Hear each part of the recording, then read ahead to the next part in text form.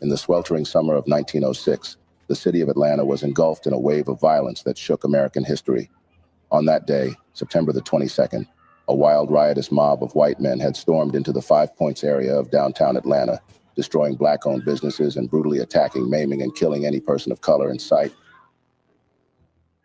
In 1906, September 22nd, 1906 to be exact, the city exploded when a mob of thousands of white, primarily men, but I believe there were some women in there too, began to attack Black citizens and Black businesses and Black residential areas. It started in the Central Business District, and that's where the Black and white businesses were located and in competition.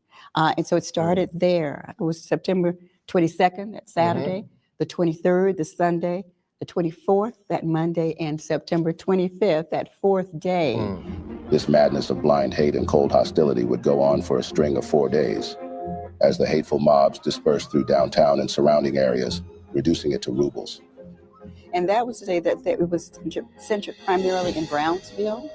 Okay, where there was really an armed confrontation. They duked it out, they battled it out. The Black, that South Side. The documentation says that there were 25 African Americans killed and maybe 2 whites. We know the numbers were greater, especially when it came to the Black victims of this assault. The catalyst for this was really a result of media, a result of articles that were in newspapers in the city during this time frame. They published articles that essentially categorized all Black people as criminals. And the media had lied about this heart-wrenching event, twisting the truth of the entire event to cover up the damages done by whites from the public eye. And so they're saying that white safety and white power was in jeopardy by Black citizens. This is actually from the Atlanta Constitution, 1951. And so you'll notice that they say possibly Atlanta's most tragic period was the 4 bitter days in September 1906, when hatred and death rode rapid through the normally quiet, peace-loving city. Following a series of attacks on white women by Negroes, tension had grown to an extremely dangerous point. So they're validating this, and there were attacks on white women by Black men. So in telling the story, they're perpetuating a lie about what really occurred. This is a period of the gubernatorial elections, the campaigns. And so the papers were in competition, really.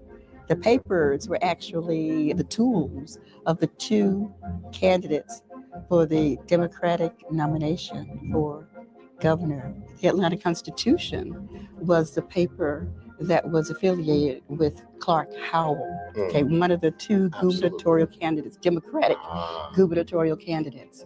The Atlanta Journal was affiliated with Hoke Smith. There was fear that Black male voters had too much power.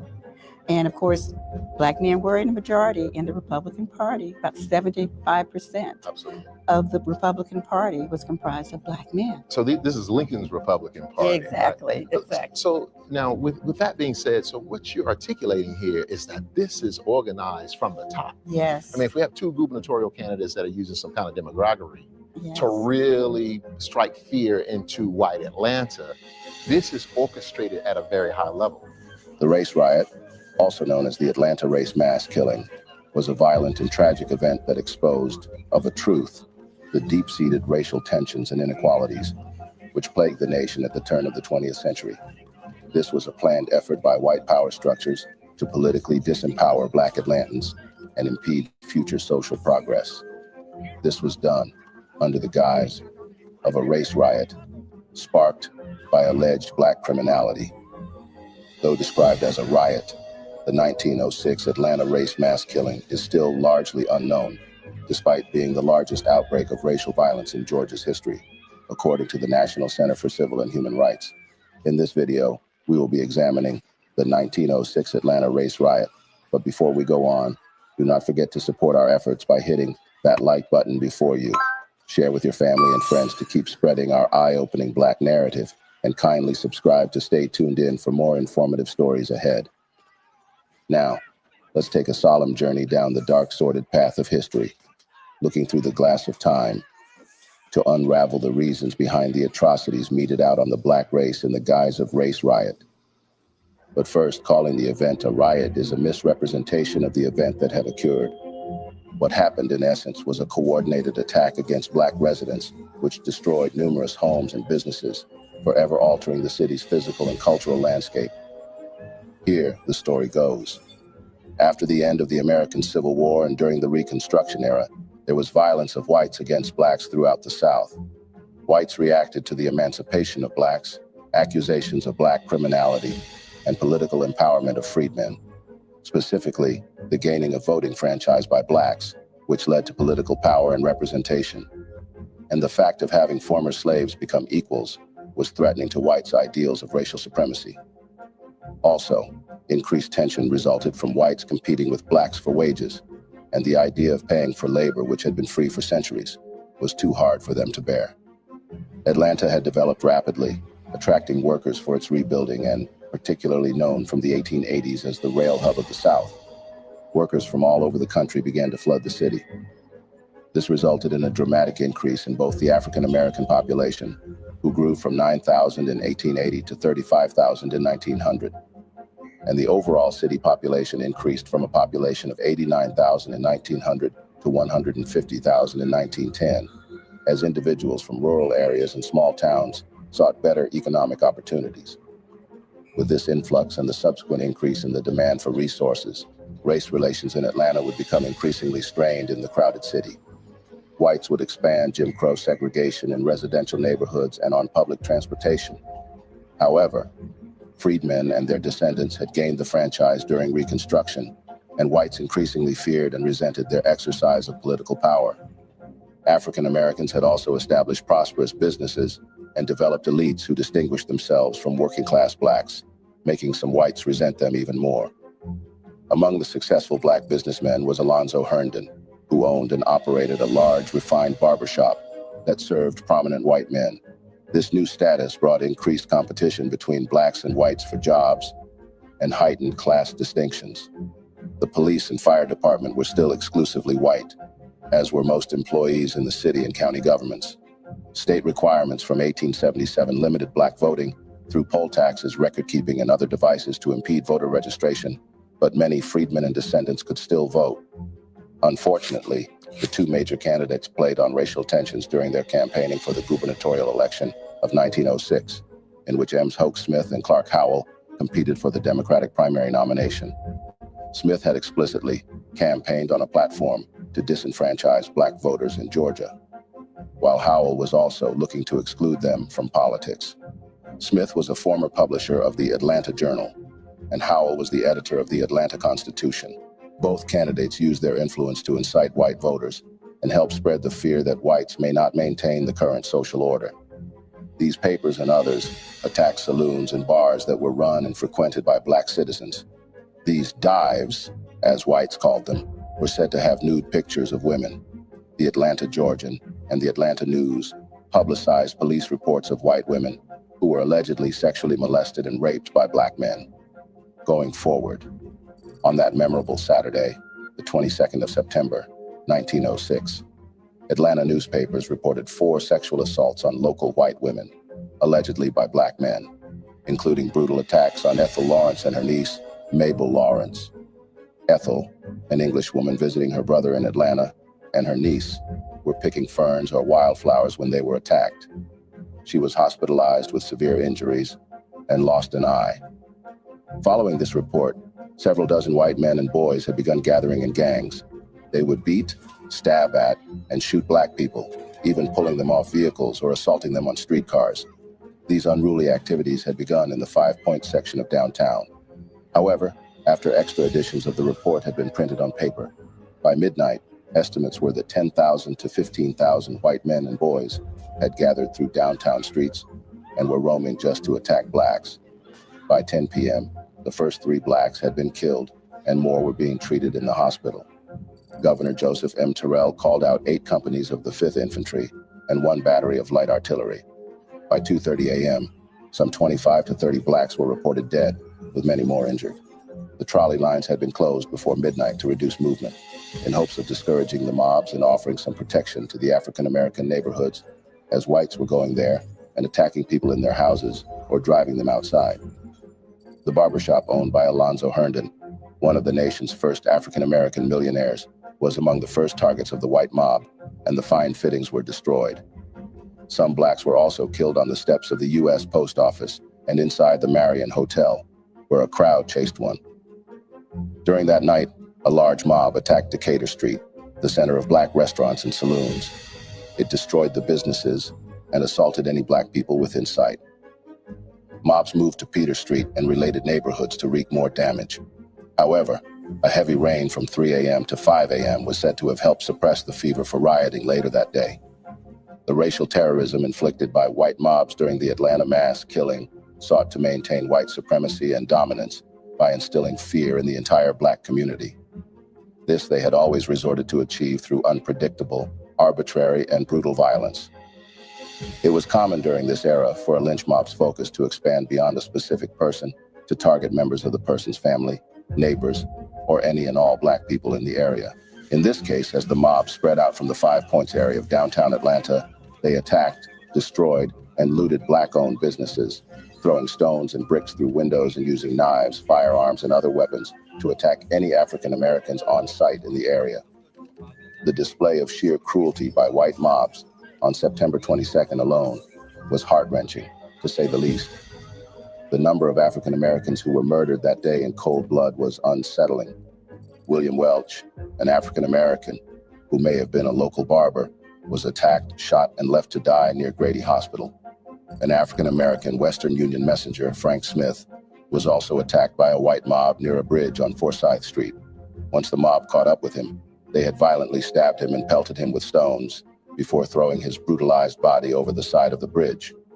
As the mob continued their attack throughout downtown Atlanta, black men, women, and children would flee away from town to whatever shelters they could find elsewhere. The segregated colored wards of Grady Hospital overflowed with dead and seriously wounded people who were blacks. Many of these would beg to stay at the hospital for protection from the attacking white mob still raging outside. Wounded black residents even sought refuge in the local police station, as a section of the headquarters had been designated an impromptu clinic area. According to reports, a black woman named Leola Maddox and her husband were trapped downtown while shopping on Mitchell Street and targeted by a roving white mob. Mrs. Maddox was fatally stabbed, and her husband was severely beaten. Later in the evening, white men shot and killed a black man named Will Marion in downtown Atlanta, and a black woman named Annie Shepard was also shot at point-blank range in the chest and killed in a separate location. Ms. Shepard was employed as a launderer and may have been walking to or from work when she was murdered. The mob violence would continue into the midnight of September 22. While looting a pawn shop, a mob of more than 75 white men saw Milton Brown, another African American, and had begun chasing him down Peter Street. Mr. Brown was shot 3 times in his chest, head, and shoulder. Members of the Atlanta Police Department witnessed Mr. Brown's attack but did not intervene. News reports stated that as Mr. Brown was waiting for an ambulance, he stated that he knew nothing of the trouble going on and that the attack on him was wholly unexpected. He gave up the ghost before an ambulance arrived. Milton Brown worked for the Stocks Coal Company as a laborer and was walking back to his home on Morris Street from a friend's house on Castleberry Street. From the 22nd to the 25th of September 1906, news reports issued various counts of the dead and wounded, and many unnamed victims were reported to have been beaten, shot, maimed, or brutalized as the riot continued without intervention. At this bloody point, several areas had become sites of concentrated violence during the riot, for white mobs all throughout the surrounding society had begun chasing black people all throughout Atlanta. The Kimball House Hotel off Decatur Street was swarmed by a white mob that gathered outside the hotel, waving newspapers and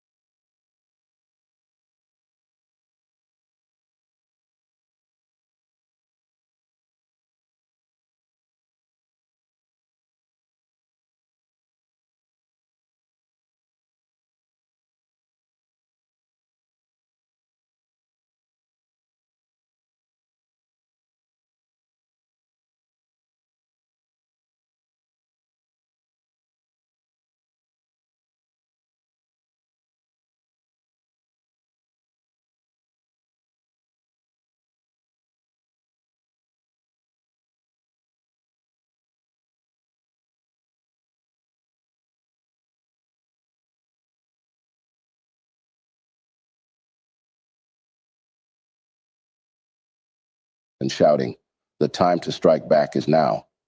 Off Marietta Street, violence targeting black people continued. White mobs dragged at least 3 brutalized black people's bodies to the base of the Henry Grady statue, which was erected to honor Henry Grady, a white man who had represented the New South in the 1870s and 1880s, insisting that racial conflict was no longer a problem in the region. These events were quickly publicized the next day, being Sunday. Violence had continued against black people. The mass killings were, however, covered internationally. Le Petit Journal of Paris would report black men and women were thrown from trolley cars, assaulted with clubs, and pelted with stones. Another account is from the Atlanta History Center. According to the center, some black Americans were hanged from lampposts. Others were shot, beaten, or stabbed to death. They were pulled from streetcars and attacked on the street. As the terror continued into Monday, the 24th, same month of September, the white mobs had begun to migrate into nearby black communities, attacking black residents in their wake. On that Monday, September morning, Zeb Long was found hanging from a tree in East Point, Georgia, a suburb 8 miles south of Atlanta. According to news reports, the East Point police arrested Mr. Long on September 23rd for incendiary talk about the way white people were treating Negroes and imprisoned him in the town jail. At 5 a.m. the next morning, approximately 50 white men broke into the jail and abducted Mr. Long. During this era, it was not uncommon for lynch mobs to seize their victims from jails, prisons, courtrooms, or out of police hands. Though the police were armed and charged with protecting the men and women in custody, they almost never got to resist white mobs from doing whatsoever they want to do to the black people under their guardship. The mob would drag Mr. Long with a rope around his neck and would bring him out to a wooded area near the town. The New York Times reported that Mr. Long begged for his life, but despite his pleas, Mr. Long was promptly lynched. His body was later found hanging from the tree. By the evening of that day, black residents in the community of Brownsville, which is now South Atlanta, would receive word that the white mobs were advancing towards their community. A group of African Americans would quickly hold a meeting in the community on how to defend themselves, probably because at this point they had become heavily armed. When Fulton County Police learned of the gathering, they feared a counterattack and launched a raid on Brownsville. As Brownsville residents prepared to defend themselves, the white mob arrived along with police officers and deputized white residents. The mob forced their way into homes and buildings and assaulted black residents while looking for weapons, being that Jim Crow laws made it illegal for African Americans to own firearms. When the mob confronted a group of black men on the street, a shootout ensued and an officer was killed. In response, 3 companies of heavily armed militia were sent to Brownsville, where they seized weapons and arrested more than 250 African American men. The arrested black men were placed on streetcars under armed guard, but the streetcar never reached the jail.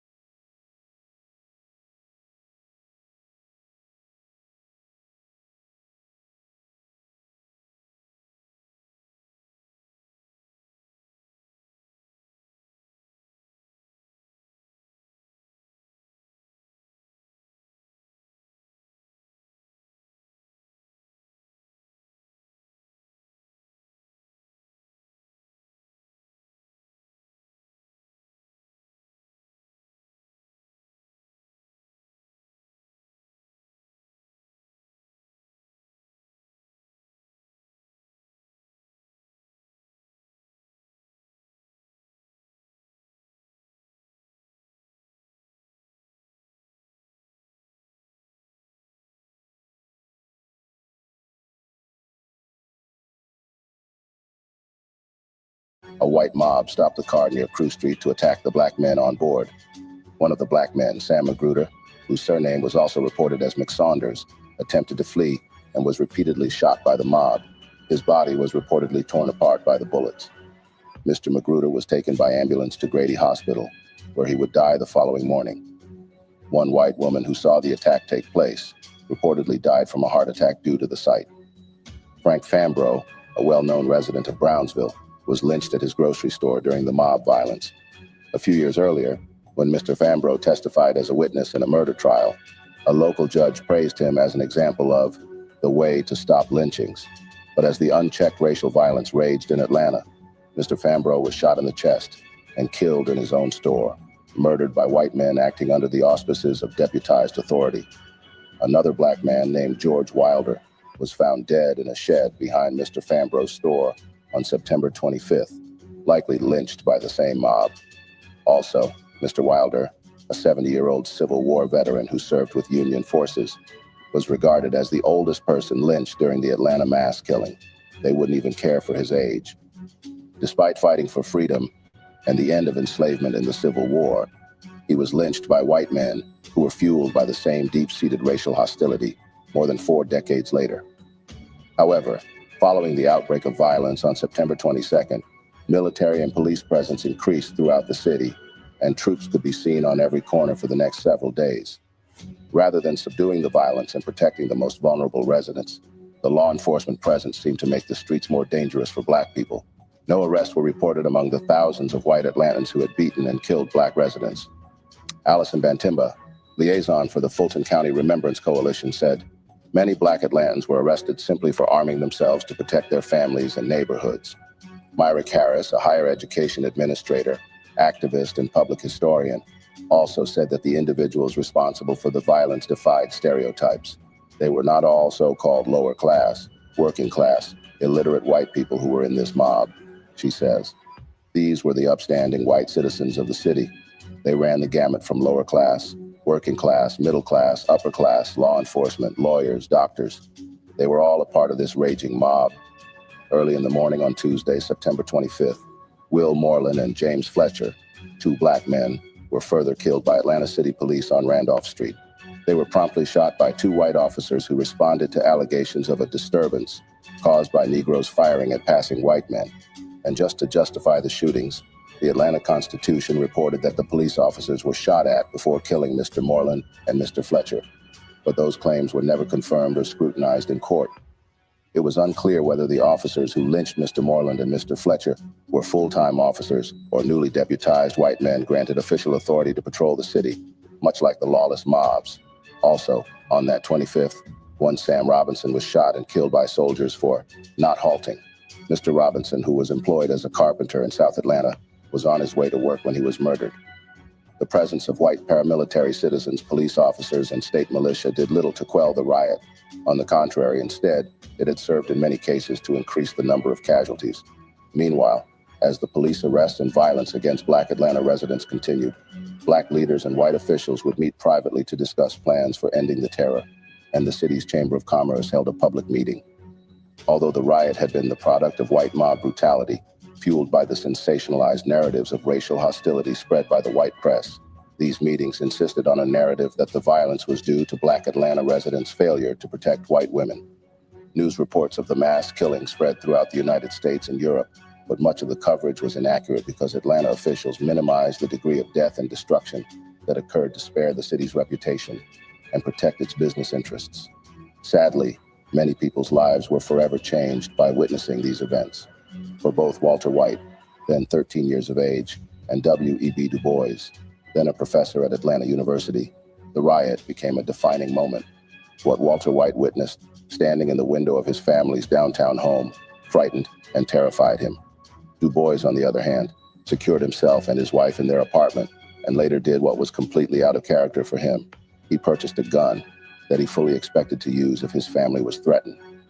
After the riot, Du Bois penned a poem, The Litany of Atlanta. The riot convinced Du Bois that the best protection for African Americans in the South as well as the North was an organization dedicated to promoting social justice and protection of legal rights. He helped found the National Association for the Advancement of Colored People, NAACP, in 1909. In the aftermath of the riot, grand jury investigations would conclude that city police had absolutely failed in the performance of their duty, which has led to the death of many African-American Atlantans. Citizen groups made up of white and black community leaders would meet to determine how to provide aid to those who were most affected. However, despite the riot's roots in racial hostility, there were other consequences of the riot as well, both locally and nationally. Its aftermath saw a depression of Atlanta's black community and economy. The riot contributed to the passage of statewide prohibition and black suffrage restriction by 1908, with more Jim Crow laws later developed to further restrict the rights and freedoms of black people in Atlanta, preventing them from living in certain residential areas and forcing black-owned businesses out of the central business district. Inasmuch as the race riot had a profound effect on many of those who experienced it, it was forgotten or minimized for decades in the white community and ignored in official histories of the city. In conclusion, the 1906 race riot serves as a clear reminder of the deep-seated racial tensions and inequalities that have plagued American society for centuries. The violence and destruction that occurred during this dark chapter in history emphasized the urgent need for continued efforts to address systemic racism and promote social justice. It is also imperative that we learn from the mistakes of the past and work towards creating a more inclusive, harmonious, and equitable society for all. That brings us to the end of yet another video segment. Did you happen to learn a thing or two? Share your thoughts with us.